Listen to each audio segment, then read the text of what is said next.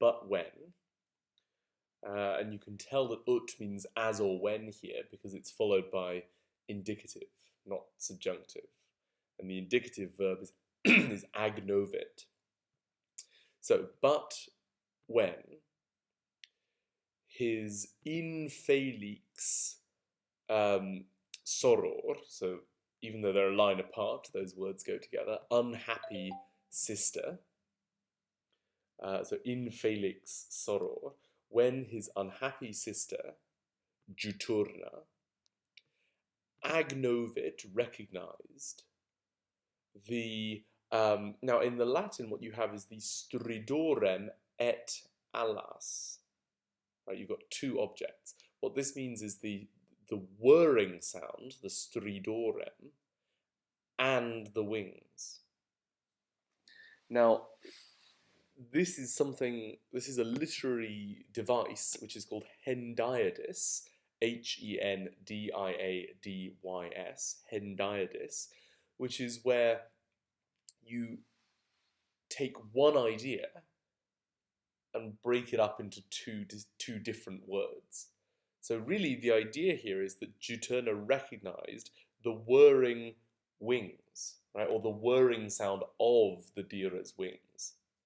But instead of saying the whirring wings, Virgil says the whirring and the wings.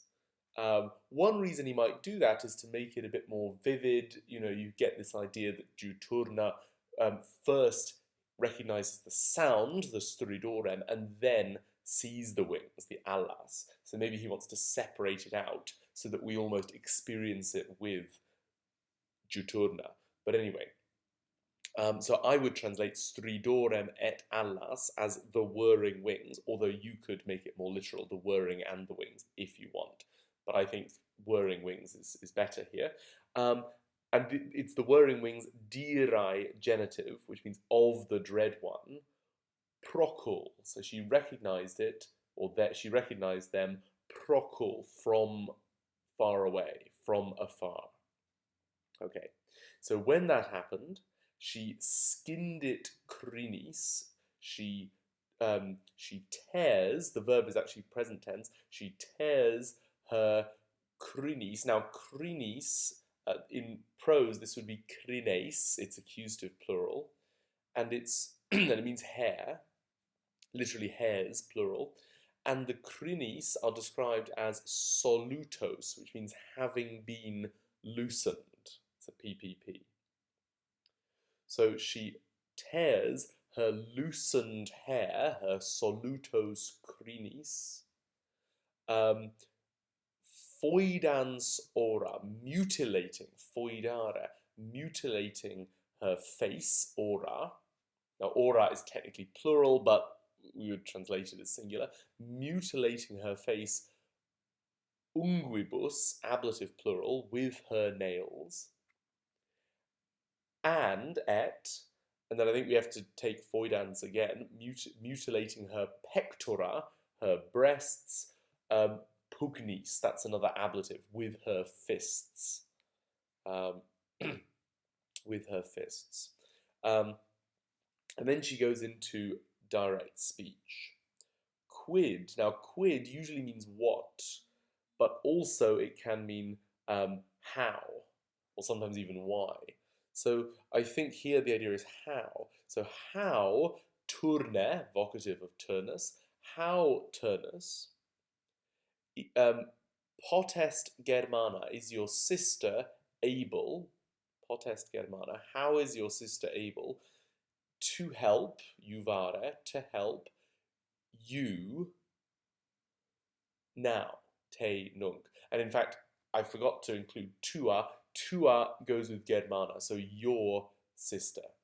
So I'll just do that question again. How, Turnus, quid turne, is your sister, tua Germana, able, potest, to help you, juvare te, now, nunc.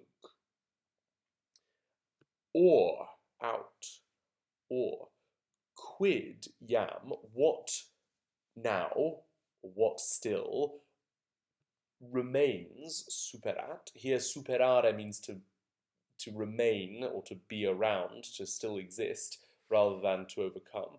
What still remains for durai mihi, which is dative. What remains for me? And mihi is described as durai, from duros. Now, duros can mean sort of hard or something like that. Sometimes it means sort of unfeeling, but I don't think that really fits here. So I think the real sense of durai here is something like enduring or long suffering or something like that. So, or what by now remains for long suffering me. And then she says, qua arte, that's ablative. So by what skill, by what art, by what stratagem, am I to delay morer? Okay, so morer is present subjunctive from moror, morari, moratus, sum, to delay. And this is subjunctive because it's a deliberation. It's like, shall I do this? Or how am I to do this? There's a kind of uncertainty there. It's a deliberation. So, by what skill am I to prolong, we might say, the light for you? And lucem here, I think, means the light of life. So literally, by what skill am I to prolong the light for you, Tibi? In other words, by what skill am I to prolong your life? So how can I keep you alive when the gods of Olympus want you dead? That's the question. And then she says, am I able, possum, am I able, opponere me. Now, opponere means to put something against something else. So, am I able to put myself against, me opponere, am I able to put myself against tali monstro? Okay, tali monstro. So, this is ablative here, to put yourself against plus ablative, and it means such a portent, such a monstro. Now, talis means of such a kind, or such a, and then a monstrum can mean a monster, but sometimes it just means a terrible sign, right? The word monster is actually linked to the word demonstrate, to show something. So literally, a monstrum is something which shows some terrible will or decision of the gods, which in English you could call a portent. So, can I set myself against such a portent, such a sign?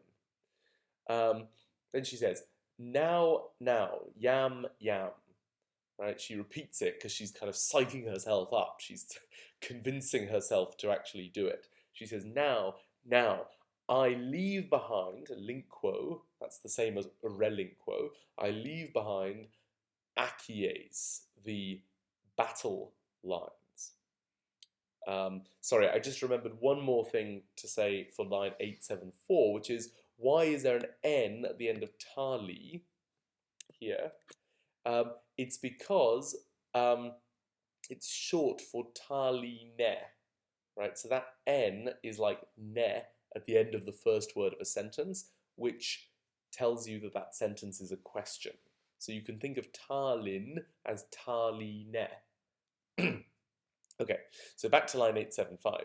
Now, I leave behind the battle lines. And then she addresses the portent, right, which is the dira. And she says, ne terrete. That means do not terrify. It's a negative command. Do not terrify. The normal way of doing that in Latin is to use noli or nolite plus infinitive. So in prose, this would be nolite terrere. But this is verse, and so it's a bit different. You have ne plus imperative. So do not terrify, terrete, do not terrify me,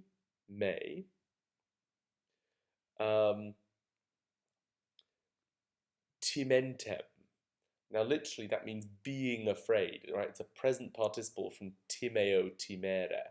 So and it's accusative, so it's agreeing with me. Do not terrify me being afraid, or since I am afraid. Or I translated it, do not terrify me in my fear. I also added in my version, do not terrify me further, but actually you don't really need that. I might remove that from my translation. So do not terrify me in my fear, or since I am afraid, or being afraid, something like that. I think the reason that I said in my fear is because that leaves it open whether Juturna is saying, I was already afraid, so you don't need to terrify me, or whether she means, I am now afraid because I've seen you. So my translation, I think, leaves that ambiguity of the Latin available in English. So don't terrify me in my fear. And then she addresses the monstrum, the portent, as obscenae volucres. Now, volucres are birds. And obscenus, that's an adjective. It gives us the English word obscene, and it means something like hellish, infernal. Now, there is a bit of a puzzle here, which is why is this plural? Right? Why is terete plural, and why are the obscenae volucres plural? Right? There's only one bird. There's only one dira in the form of a bird. So why is she using the plural? I think the best explanation is that she knows that there are two dirae, which we heard about before. So even though she only sees one, she's thinking of them as a pair. I think that's probably the idea. Then she says, I know nosco. This is the same as cognosco, really. I know the verbera alarum, the strokes. That's where we get the word reverberate from in English. The strokes of your wings, alarum, genitive plural. I know or I recognize the strokes of your wings. And, the letalem sonum, the deadly sound. Remember, latum is in Latin means death, another word for mors, mortis, and the adjective letales means deathly or fatal or lethal. Yeah, so the lethal sound. You could say their lethal sound, as in the deadly sound of the wings, or you could say your deadly sound. I went for their deadly sound, using alarum as the genitive. So, so I recognize the strokes of your wings and their deadly sound, letalem sonum. Nor, nec, do the jussa superba. Jussa is a PPP from jubeo. It means, and it's neuter, plural, so it means the having been ordered things. And therefore, in English, we could translate jussa as commands or orders or instructions. Okay, and the jussa are described as superba, which means proud or arrogant. So nor do the proud commands, the superba jussa, of great-hearted Jupiter, magnanimi Jovis, genitive case, fallunt, that means deceive me or escape my notice. So she's basically saying, yes, I know who you are, right? I know that you are bringing a command from Jupiter. Basically, that's what she's saying. And then she asks a slightly strange question. She says, reponit, is he giving back, reponit, is he giving back this hike, these things, pro virginitate, in exchange for my virginity? And I said in my version, is this his payment for my virginity? But literally, does he give back these things in exchange for virginity?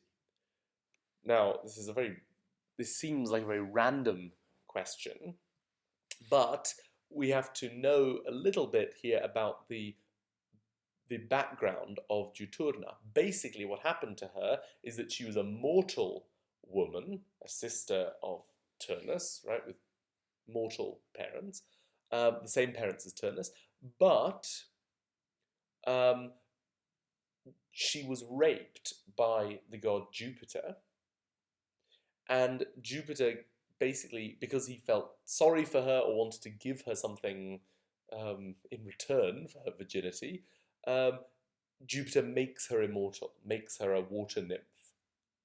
Okay, so this word haik refers to immortality. So Juturna is saying, is this, i.e., immortality, eternal life, the way that Jupiter repays me for having raped me? That's basically the point. So Jupiter raped her, he gave her eternal life, and Juturna is now saying, I don't want that. I don't want eternal life. That is not a good consolation prize for my rape, my losing of my virginity.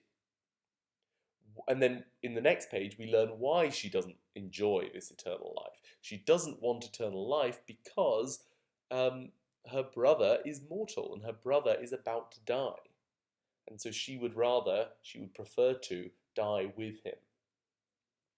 Okay, so that's what we're going to get on page 60. Okay, so on page 60, and in fact, I'm just going to check how far ahead I wanted to go with this. So we're going to go from 869 to 886. Okay.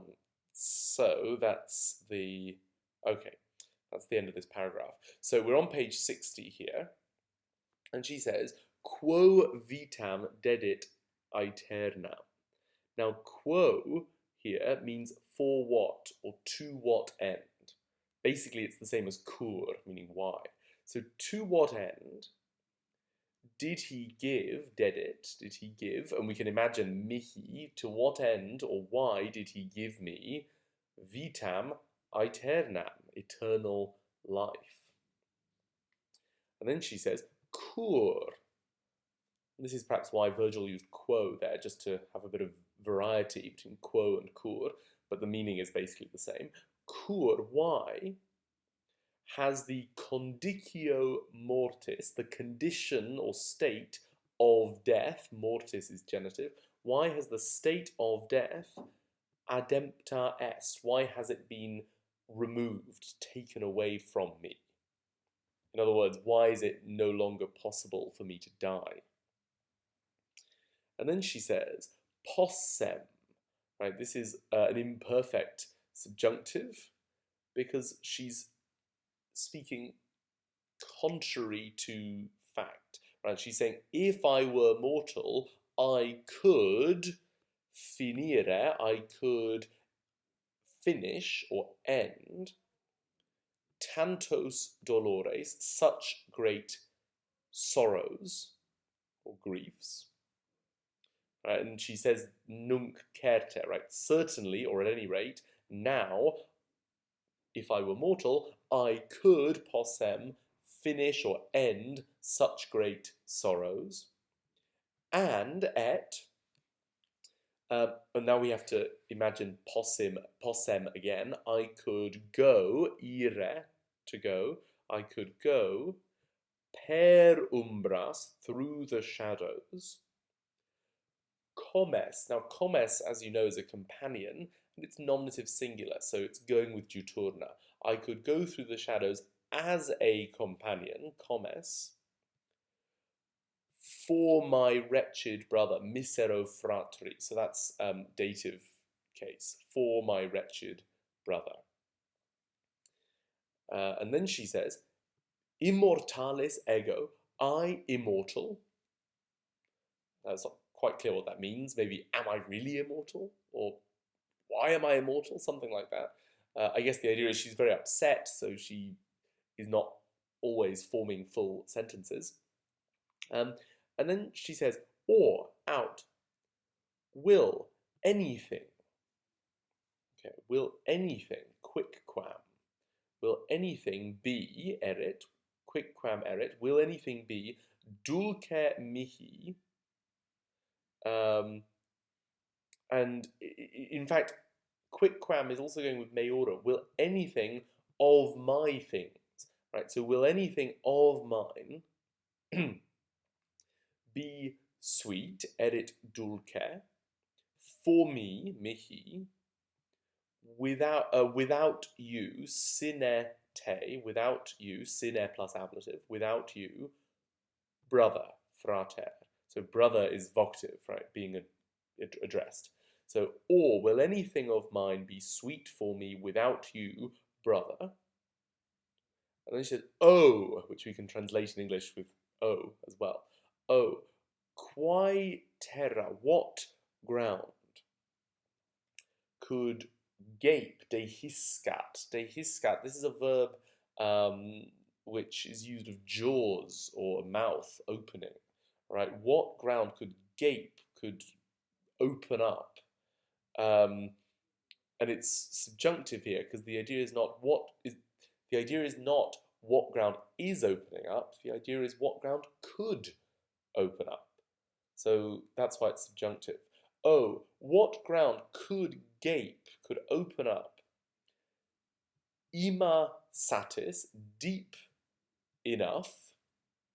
And ima is feminine, agreeing with terra. Deep enough for me, mihi.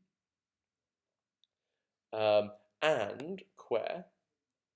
Then we have to repeat quae terra, blah, blah, blah. What ground could demitat, send down, demiteret, to send down, a goddess, deam.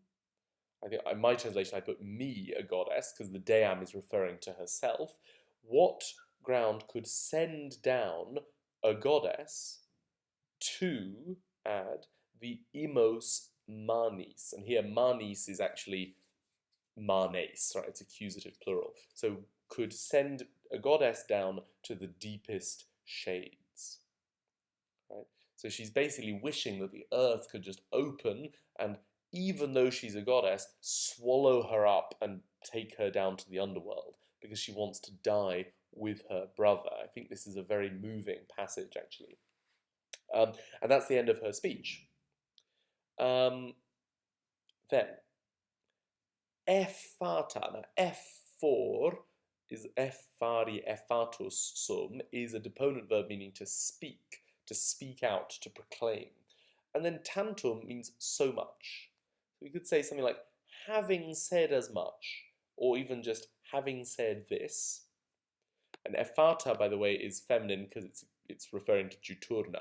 So having said this, she contexit, she veiled or covered her caput, her head, with a glauco amictu, with a green veil.